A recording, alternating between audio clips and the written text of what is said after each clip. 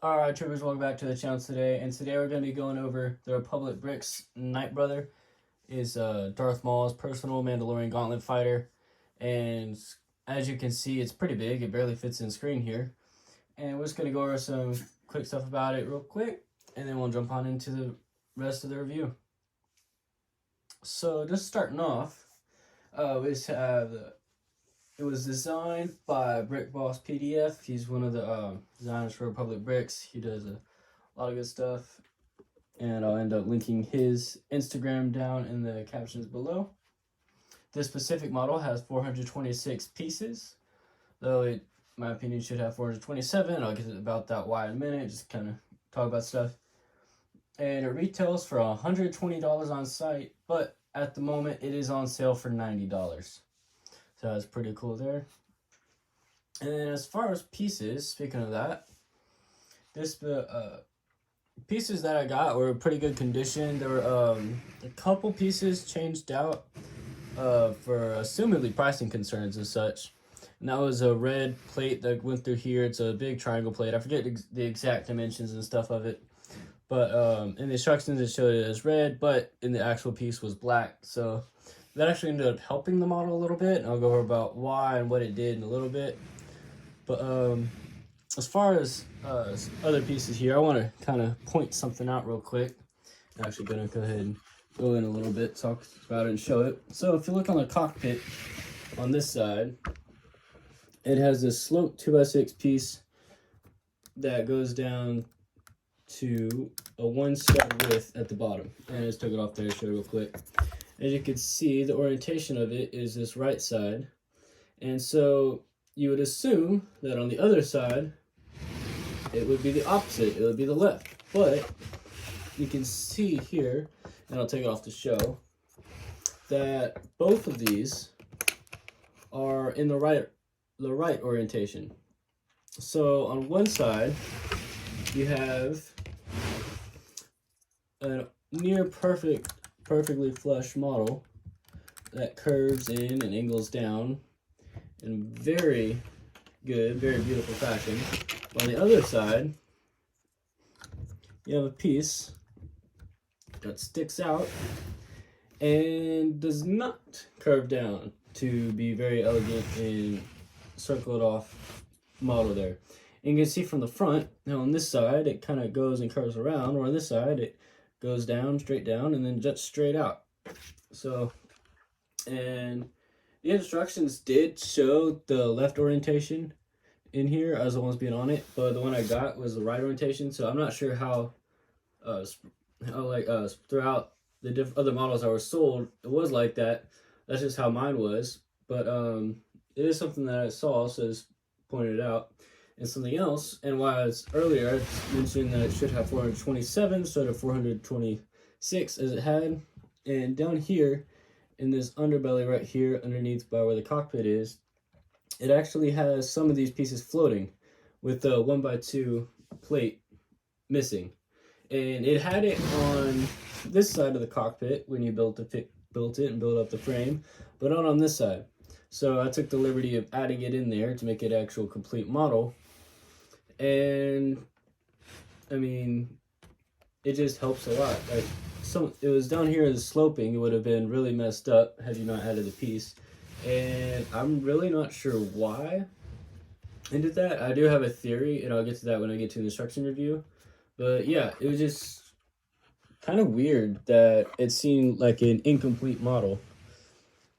But that's about it for all the piece review. So the design of this model was pretty good. I mean, there's a couple things that were left to be desired in terms of just different paneling and plating, whatever. But as far as the structural stability and stuff of the model, it was pretty good. And part of that was due to it being pretty much an exact copy of Lego Set 9525, which was the 2012 version of the Gauntlet Fighter, which featured Pre-Vizsla and the Death Watch. So, I mean, it had, most of it would have already gone through Lego quality testing and stuff like that, as far as model stability and structure and just stuff like that. So it was pretty vetted already in that sense. It did leave a lot to be desired in far of plating and whatever and whatnot. and I'll go through that a little bit more. I go through accuracy to in-universe design, which is where most of that will be affected. But as far as the structure and stuff like that, it was pretty good. Now, as far as interior space, there is a little bit of interior in the cockpit right here. Is open it up, and it does have seating for 2 minifigures, and I haven't put 2 minifigures in to finish it. To test it, but it does definitely look like it would hold. And this back one for sure would almost definitely hold one, and this so would the front. It just depends like how big they were, if they had like say jetpacks or something like that. And then on the back, it actually opens from both sides. You look in here. This piece right here is a Lego chest sort of thing. And you can also access it on the bottom. You just pull it out, and it's hanging here. You can't really see it too well, but it just drops out from the bottom. And then it's just one of these chest things. There's nothing that came in it. It's just there. And that's the inside of it.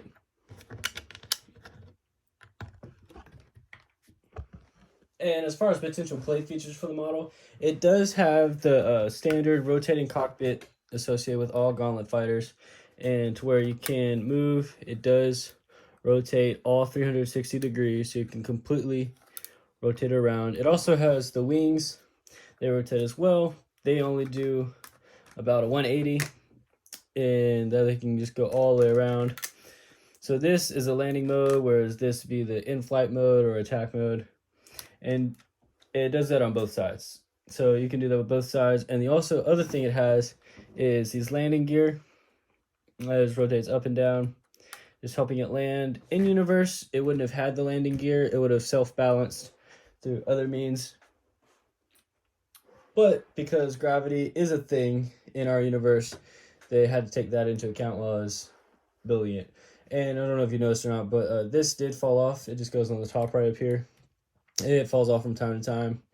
It's just connected by one stud, so it does tend to come off just when I move and stuff like that. Not too big of a deal though, it just pops right back on.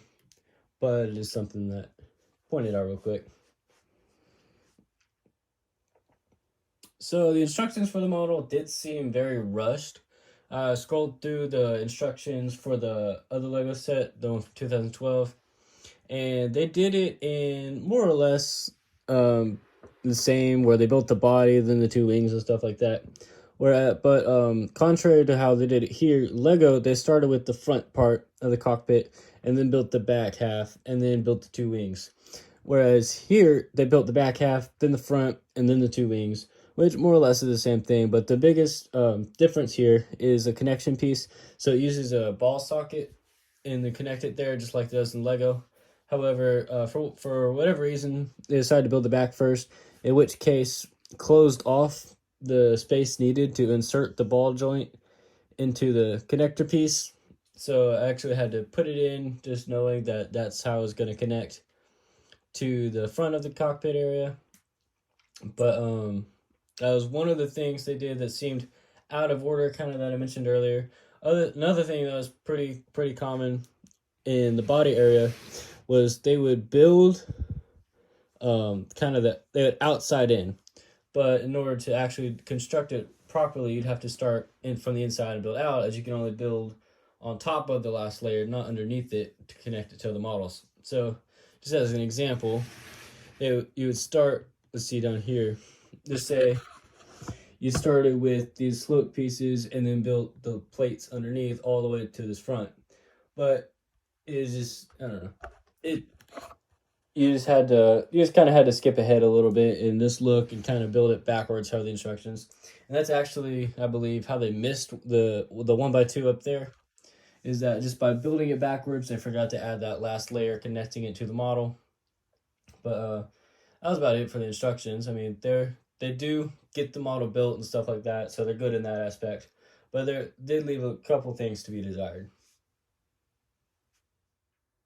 And as far as the accuracy of the in-universe design, there's a couple things to kind of point out, and I did go ahead and lower it into this flight mode as it's easier to fit in frame, and most of the differences were on this top part of the model here, so just kind of point those out as I go along. So the overall shaping is very well done, very good. Is especially around this area where it kind of comes in at a much sharper angle and then goes down to the bottom. So all that was done pretty well. The biggest discrepancy really is in the color scheme, and most of the body they did pretty good. As far as Lego's concerned, that's about as good as you're gonna get. Some of these side panels could have been done in the gray as well. And now it does per the reference images that we have, and most of which come from Rebel Season 3. That's definitely the place the Gauntlet Fighter was most featured. Used by Maul at first, and then transitioned to the Phoenix Cell that were featured in Rebel series, and they ended up using that in the finale to call for reinforcements and stuff like that.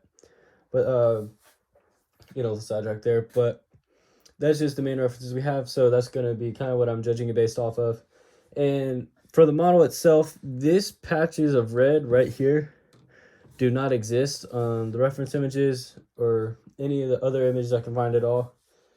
This gray right here is a lot bigger, and actually, if you would move this paneling to here, that'd actually be much more accurate to what it was in the design.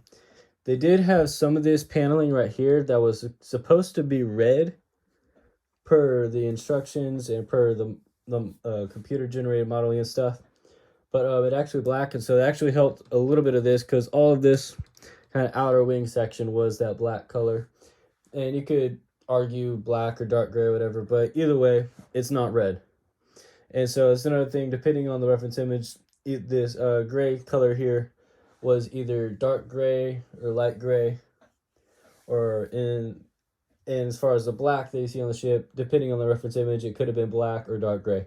So I'm not going to say too much as far as that, because depending on the shot or image and stuff like that, it could have been different colors, such as, for instance, the Bad Batch, how in some lighting it seemed black, some lighting it seemed gray, some lighting, some people say tan blue, for instance. But it's kind of similar to that, in that there's no definitive answer. It just kind of depends on the atmosphere around it. And even in some different lighting instances, it could be clearly say, oh, it's that, or another instance where it seems to have the same lighting and it looks another color. So stuff like that is like that gray stuff I'm not too picky about. But yeah, the wings and stuff were kind of not really there. There's no red really on the reference images I'm seeing on this cockpit area. It was all the same color as where this black piece would be, so I'm not sure why they ended up going with red there. There just seems to be a lot more red than was in the models I'm seeing. And even on these engine pieces, I'll go ahead and kind of skin it back around to it. So this part in the reference images that I have and I'm looking at and see in general, it was red and this was gray, or which was the same as this darker gray color. So it could be gray, light gray, dark gray, whichever one of those. But for some reason they did this in red and this in black. And this might have been just for piece pricing and stuff like that. But I mean, but other than that, the shaping and stuff of it is pretty good. Because it was based off a Lego model, they did kind of pretty good with that anyways. So yeah, I mean, just a couple things to point out there. And like this gray on the wing, there's kind of scratches where it has some scarring or whatever from space, but there's not really anything in that aspect. This top part up here would have had a little gray of that lighter or dark gray, depending on the reference image, but nothing past here down has any of that gray that I'm seeing in any of the reference images I'm looking at. Now, if they did have reference images to the opposite, then that'd be understandable, but as far as what I'm seeing, there is nothing to support that coloration. Alright, so last but not least, is it in minifigure scale? So the simple answer is no. So in universe, the length of this vehicle is 171.59 feet. So if you use the calculations to convert that to inches, it's for a minifig scale, the minifig scale equivalent will be 51.48 inches long. And so, which is a little over 4 feet long. And this is definitely not 4 feet long. This one is only 14.5 inches.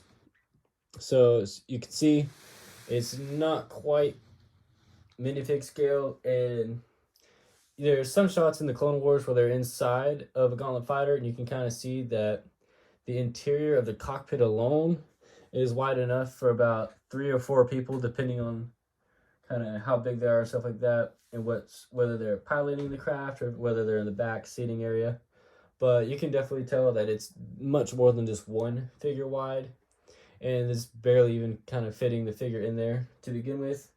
So there's some stuff like that, but I mean, personally, I don't want a 4-foot long gauntlet fighter. I definitely don't have the room for that. And so this definitely is a good substitute in my opinion.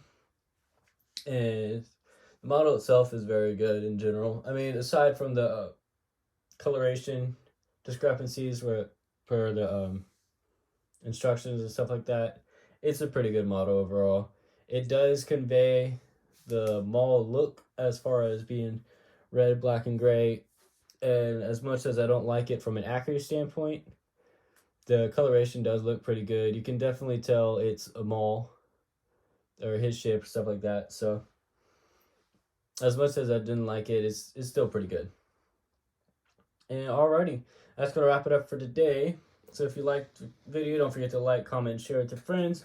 If you're new, go ahead and hit that subscribe button. And I shall see you all on Tuesday.